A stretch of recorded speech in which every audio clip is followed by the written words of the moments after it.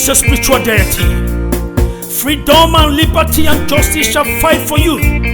When you fight for freedom with all your soul, take it from me. This is Broadcasting Corporation of Biafra, BCB, the voice of the nation, the voice of the rising sun. And here is a special announcement from the leadership of Biafra government in exile. This is BCB. Good evening, wonderful people of Biafra, and welcome to another Sunday broadcast coming to you from Broadcasting Corporation of Biafra, BCB. The agitation for the restoration of the independent state of Biafra is fundamentally built on the principles of non-violence. This is very key. It is important that everyone, both home and overseas, understand this. The restoration of our homeland is based on the principles of non-violence. Under no circumstances, therefore, should anyone genuinely involved, overtly or covertly, directly or indirectly, physically or spiritually, in this holy and noble project, take to violence, criminality, or intimidation or harassment in any shape or form.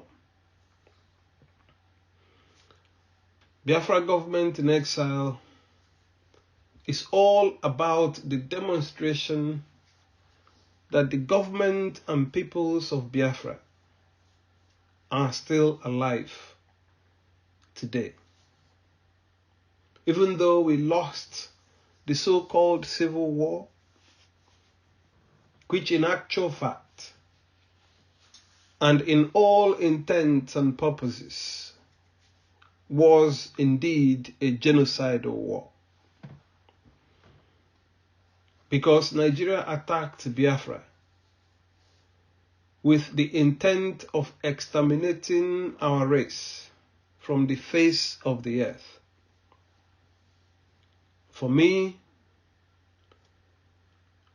for people who are transparent and honest, that was genocide. A serious crime against humanity. Until today, no one has been held accountable.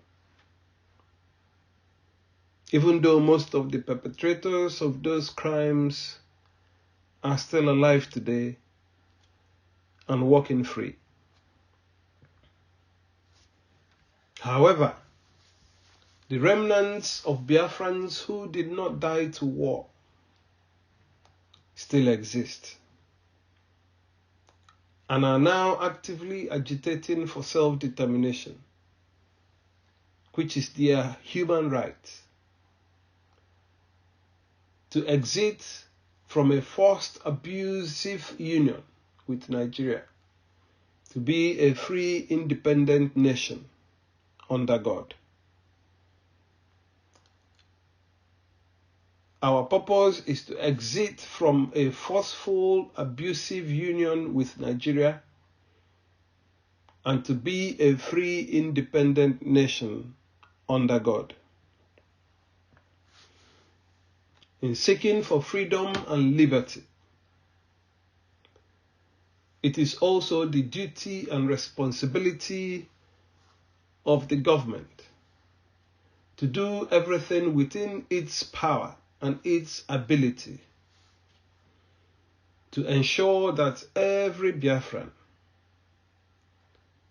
from Igbo to Ijaw, Ikwere to Ogoni, Ishan, Efik, Ogoja, Isoko, Igbo Akere, and many other ethnic nationalities within our territory are protected from the evil of terrorism, banditry, and kidnapping. Every Biafra life matters.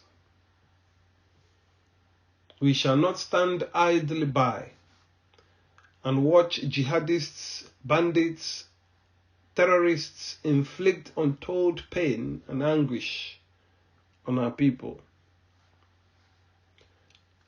Therefore, using acceptable means of organizing local community and neighborhood security initiatives, we will mobilize our local communities to safeguard our land and deter the criminals, especially terrorist Fulani herdsmen, from kidnapping, killing, and raping our people. The cardinal focus of Biafra government in exile will remain to ensure that Biafra leaves Nigeria and become once again an independent, free, democratic, prosperous nation it was originally meant to be. BGIE is fully engaged in Biafra exit program through a non-violent approach. We believe that all indigenous peoples, wherever they may be, in southeast Nigeria, in north-central Nigeria, Middle Belt region, and indeed the southwestern part of Nigeria, have the right to self-determination, a right recognized internationally and contained in the United Nations Charter on the Rights of Indigenous Peoples. Since 1966 especially, leading into the beginning of the war in 1967 until present, Biafrans, especially Ndibo, have been under severe marginalization, oppression, and systemic genocide. We shall continue to put pressure on the international community and continue to appeal to democratic nations who profess freedom, liberty, justice, and the pursuit of happiness, decency, and respect of human dignity, that the time is right to allow Biafrans to decide for themselves in a peaceful, United Nations supervised plebiscite where they want to belong, how they want to be governed, and who they want to associate with. It is a God-given right to every human being, to indigenous peoples all over the world. To get to our destination, however, it is important we all unite. We come together in diaspora and in the homeland to demonstrate our resolve to be free, to be prosperous, and to be a leading light in our continent. Because a city set on a hill cannot be hidden. Once again, I want to sound this pertinent warning, which I have done severally, that we either unite now or we die, and our dreams and hopes of future generations die with it. If we do not come together as a people, at home and in diaspora, the inevitable is bound to happen. These dangerous killer headsmen, bandits, and kidnappers, who are effectively the foot soldiers of extreme Islamic fundamentalism, the front line of jihad, will descend upon us in a final onslaught designed to annihilate us, take over our land, and impose Islamic religion forcefully on our children. We either unite and defend our territory, or we die. It is that simple. The Nigerian government and her security forces have proven to be the key sponsors and supporters of these marauding invaders. The government of Buhari is complicit in the genocide that is going on in Biafra land, in Alibo in particular, and other areas in southern Nigeria, including Benue, TV land, and southern Kaduna. It is time for everyone to come together. Continuous divisions and duplications of efforts and resources, especially to fulfill personal and individualistic ambitions and materialism, will only set us further back and tear us apart from our desired destination. I therefore call on all traditional rulers to join this effort, for you are the custodians of the land. I equally call on all our bishops and church leaders, and all general overseers, all town union leaders, market union leaders, and all youth and men and women groups all over Biafra land. It is now time that we rise up and recognize that we are in danger of being exterminated. These terrorists, bandits, and kidnappers will not make any distinctions. They will not respect anyone, whether a clergy or traditional ruler, or even a politician. They will kill, maim, and destroy, because that is the mission of their Lord and Master, the devil. For the devil only comes but to steal, to kill, and to destroy. BGIE, together with partners in the struggle, are determined to defend our land, protect our people, and restore the independent state of Biafra, and protect her borders from terrorists and jihadists. We call for support from all and sundry, freedom-loving countries of the world, civilized society, human rights groups, church leaders, traditional rulers, politicians, town and market unions, youths, and all men and women of good conscience. The governance structures we have put in place and continue to work on at home and in exile will enable us to be ready to deliver in a transparent, accountable, and effective fashion the freedom and security we desperately need. Every Biafran should now be very clear as to the danger on our very doorstep. The terrorist Fulanis are battle ready, and time is running out. We must unite, pool our resources together with the sole purpose of preventing another Biafra genocide, restore the nation of Biafra, and defend her territory. I want to thank you all, and may God bless you.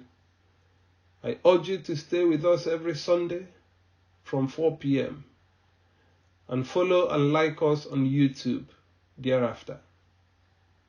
May God bless and protect our land, and may He bless our veterans and grant our heroes eternal rest. Thank you, and God bless you.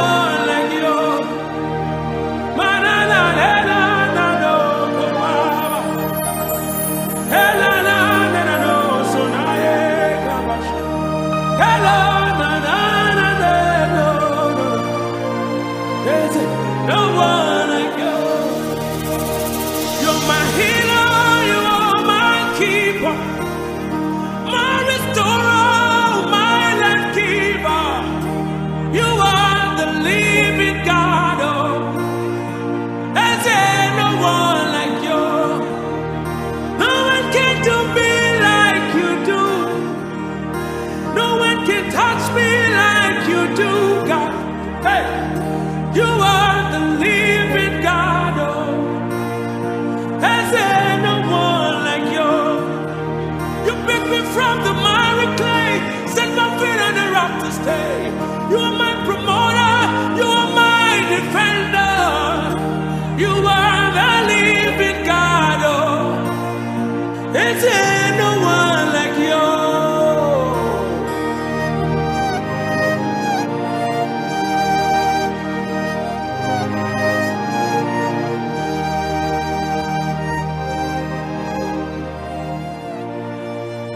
Ewo,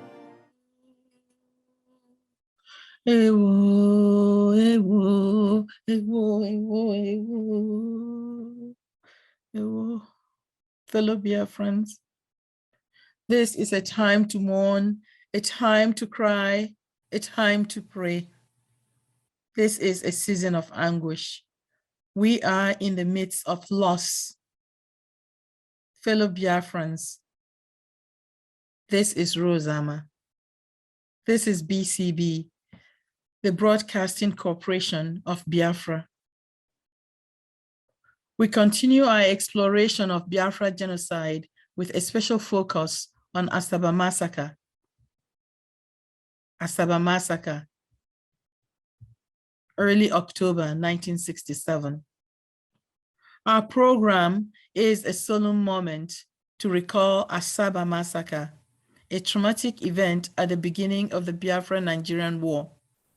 This massacre was a harbinger of what was to come, what would be repeated in several towns across Biafra during the war, what would become a pattern of war crimes by the Nigerian army. The Asaba Massacre was a watershed in the story of the genocide against Biafrans, and specifically Igbo people. In early October 1967, Nigerian soldiers entered Asaba, a town on the southwestern edge of the River Niger, with a primary purpose to end the war. They had been humiliated by a ragtag Biafran army in Benin, but Nigeria would not rest until Biafra was erased. In his journal for that period, C. Odumegwu Ojukwu, General of the People's Army, had a very short entry, October 1 to 3rd. Fall of the Midwest, massacre of more than 1,000 Igbos in Asaba by Nigerian troops. Enemy advance to 9 Mile Corner near Enugu. Very brief, but memorable. Now, listen to renowned author Chinua Achebe's rendering of the same event, the massacre, in his book, There Was a Country. The Asaba Massacre. Achebe writes, the federal forces were soon able to snatch Benin from Biafran military hands and advance quickly toward the River Niger, arriving in Asaba in early October 1967. There are multiple versions of what transpired in Asaba, a River Niger town. The version I heard amounted to this. Commanding GOC Division 2 and its lieutenants felt humiliated by the Biafran Midwestern offensive and, armed with direct orders to retake the occupied areas at all costs, rounded up and shot as many defenseless Igbo men and boys as they could find. Some reports place the death toll at 500, others as high as 1,000. There are opposing reports as to whether Haruna acted alone or with direct orders from Murtala Mohammed. The consensus opinion is that Murtala Mohammed made the final decisions on the field.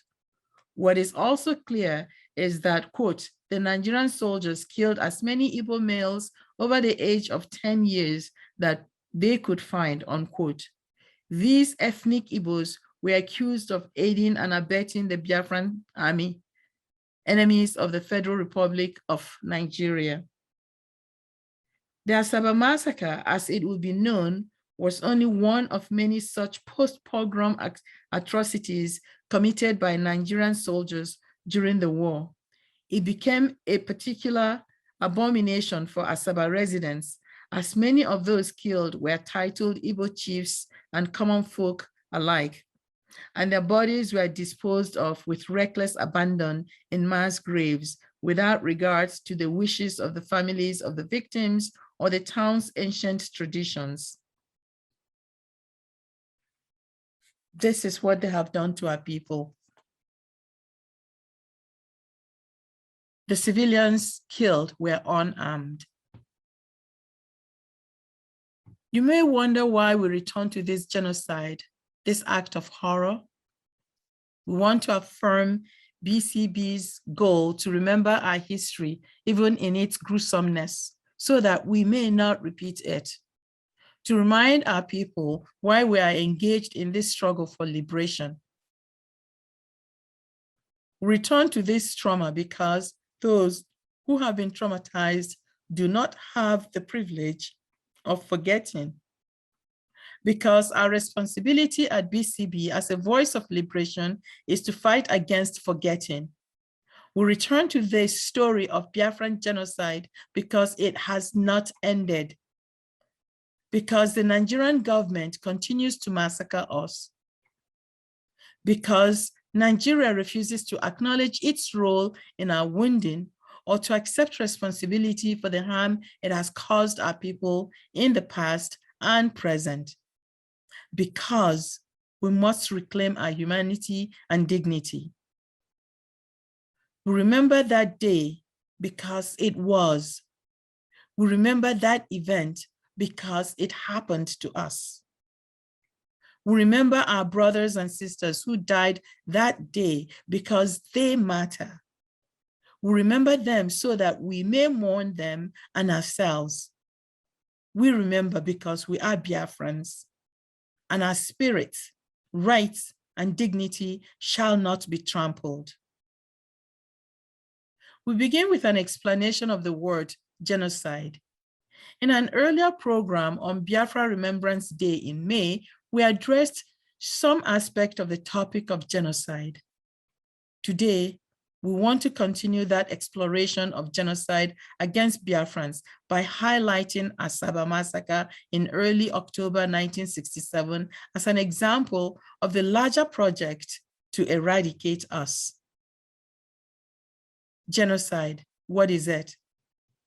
According to the UN Office on Genocide Prevention and the Responsibility to Protect, quote, the word genocide was first coined by Polish lawyer Raphael Lemkin in 1944 in his book, Axis Rule in Occupied Europe, unquote. Consisting of two important parts, quote, the Greek prefix genus, meaning race or tribe, and the Latin suffix side, meaning killing, unquote.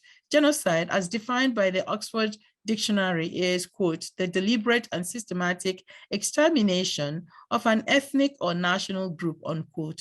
In short, it is the destruction or the elimination of a nation or ethnic group. And that's what Nigeria has been doing to us. Article 2 of the Genocide Convention states that, quote, genocide means any of the following acts committed with intent to destroy in whole or in part a national, ethnical, racial, or religious group.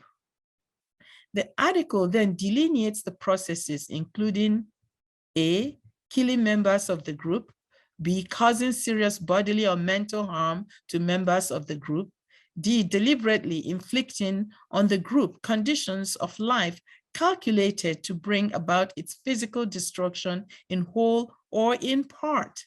D, imposing measures intended to prevent births within the group. E, forcibly transferring children of the group to another group. The article also states that, quote, to constitute genocide, there must be a proven intent on the part of the perpetrators to physically destroy a national, ethnical, racial, or religious group, unquote. So, What was the Asaba massacre? It would seem that we were in the midst of a genocide. So the Asaba massacre serves as an example of such act, the physical destruction of members of an ethnic group. It was calculated, it was deliberate, it was meant to end us. The troops singled out Igbos, separated them from other groups, and shot them. Now you tell me, what else can this be if not genocide? Biafrans, let's get wiser. The story we are telling is not a happy one, Biafrans. Some may say it is a story not to tell, but we at BCB assert that it is one we must tell and hear. We must know what happened to us, what happened to our people, to better understand why we are engaged in this liberation struggle today. And so in this segment, I will read excerpts from the book, The Asaba Massacre, Trauma, Memory, and the Nigerian Civil War by S. Elizabeth Bird and Fraser M. Otanelli, who use a combination of anecdotal witness testimony and reportage to provide us extensive picture of what was happening in Asaba during those few days of the massacre. I am warning you, the narrative is gruesome, but please listen. Focusing on the personal experience of one Celestina Isichie, the authors reveal to us the horror the residents of Asaba endured in those few days. So listen. The October 7 massacre. Although there was trepidation and some refused to participate, hundreds of men, women, and children, including some who had originally fled to the bush, assembled for a parade.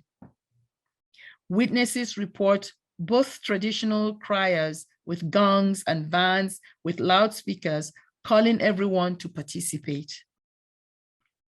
Luke Enemo recalls that the quote, the chief information officer, unquote, from Benin City, an Asaba man named Frederick Conway, was on one of these vans, which helped assuage some people's anxieties. Others were dragged out from their home by soldiers and ordered to participate. And now these authors begin to talk about Celestina. Celestina Isichie's father lived in one of the grandest homes in Asaba, a compound that included a main brick-built house and several outbuildings. The family, which included her parents, older brother Emma with his wife and small child, younger brother Osi, and sisters, had felt relatively safe. Her father was an influential man, and only a year before, the family had celebrated the ordination of her brother Patrick as a Catholic priest. Now, they were cowering as bullets began to hit their home. Osi and his friend Callistus, then 16-year-old students at St. Patrick's College, hid under beds. And I'm quoting them. We were besieged. Then they rushed into the house. Panic made my brother and his friend rush out. They said they were Biafran soldiers. We pleaded that they were not. I don't know if they were drunk or under the influence of drugs. The testimony ends. The soldiers ordered the family to leave, and they obeyed. Seeing a group of women had gathered for the forced dance outside the gates of the compound, they tried to join them. The testimony continues. Callistus and Osi were running in front. First of all, Callistus was dragged out and shot. Osi tried to mingle among the women. They pulled him out, and he was shot down. I fell on him, thinking he would wake up. I shook him. Then the testimony ends. Celestina had no choice but to continue on the road with the woman. With community elders in front, up to 4,000 townspeople participated. Many gathered by a large tree across from the High Court on Nebisi Road, where they were joined by groups coming out from houses throughout the 5 quarters of Asaba. Christopher Mbaya, a St. Patrick's College student, was anxiously waiting in his home, having already witnessed the death of a school friend. The testimony returns. After some time, we started hearing a dancing group. One Nigeria, one Nigeria, one Nigeria, one Nigeria. And some people, relations, were running into the house coming from another village. They now told us they have started killing people, and this dancing group that are coming, you should go and join them. That the soldiers said we must come down to welcome. I said, let us go, myself and my cousin. So as we are coming out towards the Nebisi Road, the dancing group, soldiers surrounded them. We're guiding them, that is Nigerian soldiers carrying guns. Then we all raised up our hands and were shouting, one Nigeria, and we continued. Testimony ends. The crowd advanced along the main Nebisi Road, past St. Joseph's Catholic Church. Any expectation that these gestures of goodwill would appease the troops was quickly dashed. As Nkbaya noted, marchers were flanked by federal soldiers to prevent them from fleeing, and witnesses report that they would also randomly select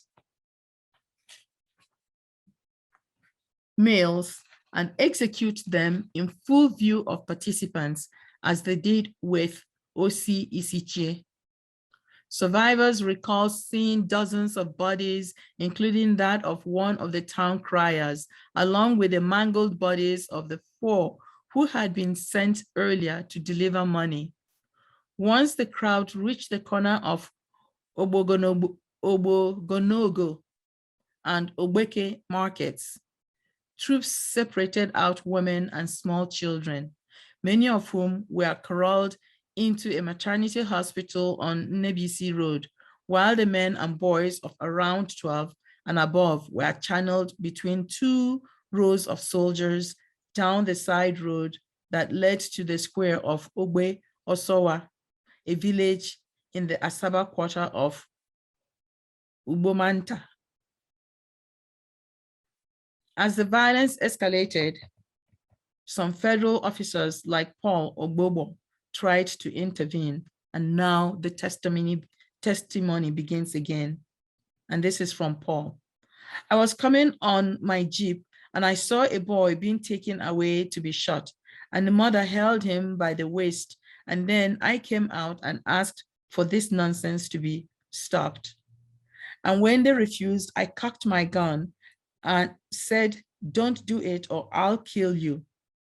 I managed to save some lives there. We contacted our headquarters at Umunede, saying what should we do? However, the testimony ends. However, things were now out of control. Ogbegbo reported that he left the scene to join his own troops, who were camped out at the outskirts of town. At this point, witnesses describe mothers attempting to protect young ones. This is very graphic, my people. Here we have the Nigerian troops humiliating our people, shooting them as if they were shooting rats. And in this section, you can see the mothers trying to protect their children. Women who came with their sons were removing their skirts and gloves to disguise so that their male children, they are no longer men, but women. So when I saw this scenario going on and I felt something is wrong, if these women can disguise their children and my mother is not here, what do I do? And I looked at the whole place. There is nowhere to escape. Another testimony continues. When we got there, they said we should now stop. As we stopped there, they now surrounded us, sat us all down. They start whipping us. The next thing we see, the officer spoke in Hausa. I was born in the north, so I heard what he said.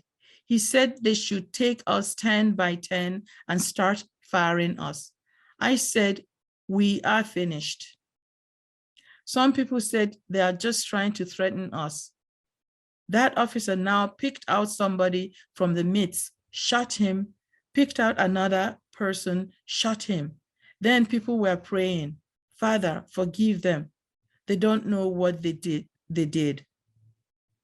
According to another witness, 20 of our men were selected and lined up in front of us and told as follows, quote, today, I be your God.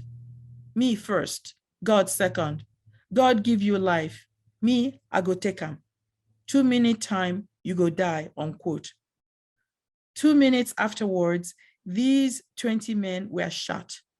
Another 20 were picked up and the same ritual followed.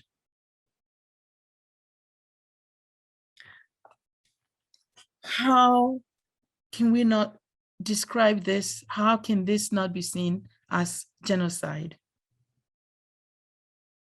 Deliberate, carefully crafted. In fact, reporting his finding in the Vatican, Rome, Le Monde, the French evening newspaper on April 5th, 1968, Monsignor George, who was sent on a fact-finding mission by His Holiness the Pope, stated, quote, there has been genocide. For example, on the occasion of the 1966 massacres, 2 areas have suffered badly from the fighting. Firstly, the region between the towns of Benin and Asaba, where only widows and orphans remain. Federal troops, having for unknown reasons massacred all the men. According to eyewitnesses of that massacre, the Nigerian commander ordered the execution of every Igbo male over the age of 10 years, unquote. Even General Gowon, then commander-in-chief of the Nigerian army, would acknowledge that he and the Federal Republic of Nigeria were guilty of war crimes against Biafrans when he apologized for the Asaba massacre. Here, quoting Gowon in Achebe's book. According to Achebe, Gowon broke his silence 35 years later on this matter and apologized for this atrocity to the Igbos in Asaba. And Achebe quotes Gowon. It came to me as a shock when I came to know about the unfortunate happenings that happened to the sons and daughters of Asaba domain. I felt very touched, and honestly, I referred to the killings and asked for forgiveness, being the one who was in charge at that time. Certainly, it is not something that I would have approved of in whatsoever. I was made ignorant of it, I think, until it appeared in the papers. A young man wrote a book at that time. Achebe continues that other Nigerian officers did not show remorse. Quote, testifying at the Justice Oputa panel, a Nigerian version of South Africa's Truth and Reconciliation Commission, Major General Ibrahim Haruna, belligerent and unremorseful as ever, proclaimed, As the commanding officer and leader of the troops that massacred 500 men in Asaba, I have no apology for those massacred in Asaba, Owerri, and Amaneke Item. I acted as a soldier maintaining the peace and unity of Nigeria. If General Yakubu Gowon apologized, he did it in his own capacity. As for me, I have no apology. Nigeria has never apologized. The federal government has never apologized. All they ask for us to do is join Nigeria, stay in Nigeria. While the Nigerian government and its supporters who wish to rewrite history may claim that war is war, and no genocide was committed against the Igbos or against Biafra, or that genocide cannot be proven, those of us who survived the war tell a different story. The testimonies you have heard tell a different story. Current state of events and the wanton massacre of our people today is a continuation of that genocide. The genocide continues in the form of the mass killings, rapes, displacement of Biafrans by the Fulani herders and their supporters. These people raid and pillage Biafran communities and murder the residents. But what is the Nigerian government doing to stem the increasing tide of killings of Biafrans? Nothing. We have not been safe since the British joined us to this diseased body called Nigeria. We have not been safe since the pogrom of 1966. Our people held in prisons have yet to be returned. Our youth abducted have not been returned yet. We are told that we must profess one Nigeria. Fellow Biafrans, let's get wiser. What are we waiting for? We must remember who we are. Remember Biafra. Remember Asaba. Remember Mazi Nnamdi Kanu, who has been held in captivity and wrongly accused. His whole crime, the demand for freedom, human rights, and dignity for his people. My people, it is time to rethink our places. It is time to rethink what we shall tell history. It is time to wake up. It is time to get wiser. I am Rose Ama, and this is BCB, the Broadcasting Corporation of Biafra. Join us again. Follow us on Facebook and YouTube. Peace. Thank you for listening to us today. Join us next time for news, cultural, and educational programs. This is the Broadcasting Corporation of Biafra, BCB.